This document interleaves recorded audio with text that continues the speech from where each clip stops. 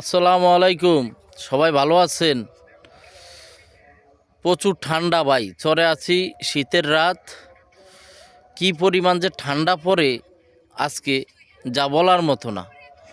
তা আপনারা যারা বাড়িতে আছেন ঠান্ডা কীরকম পড়ে অবশ্যই জানাবেন। চরে কিন্তু প্রচুর পরিমাণ ঠান্ডা। তরমুজের কাজ করতেছি, কৃষক অনেক পরিশ্রম করে।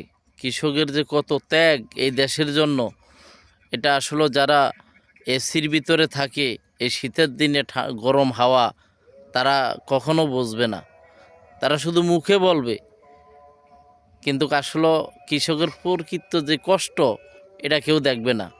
আজকে সারের যে পরিমাণ দাম, কীটনাশকের যে পরিমাণ দাম, আমরা কিনতে গেলে অস্থির হয়ে যায়। একটা ড্যাপ সারের গায়ে লেখা থাকে 1000 টাকা, আর সেই ড্যাপ সার কিন্তু আমরা 1800-1900 টাকা।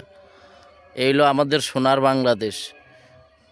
তাই কৃষকের শান্তি আগেও ছিল না, এখনও নাই, ভবিষ্যতেও হবে কি না আমার জানা নাই। যদি জানা থাকে আপনারা অবশ্যই কমেন্টে জানাবেন।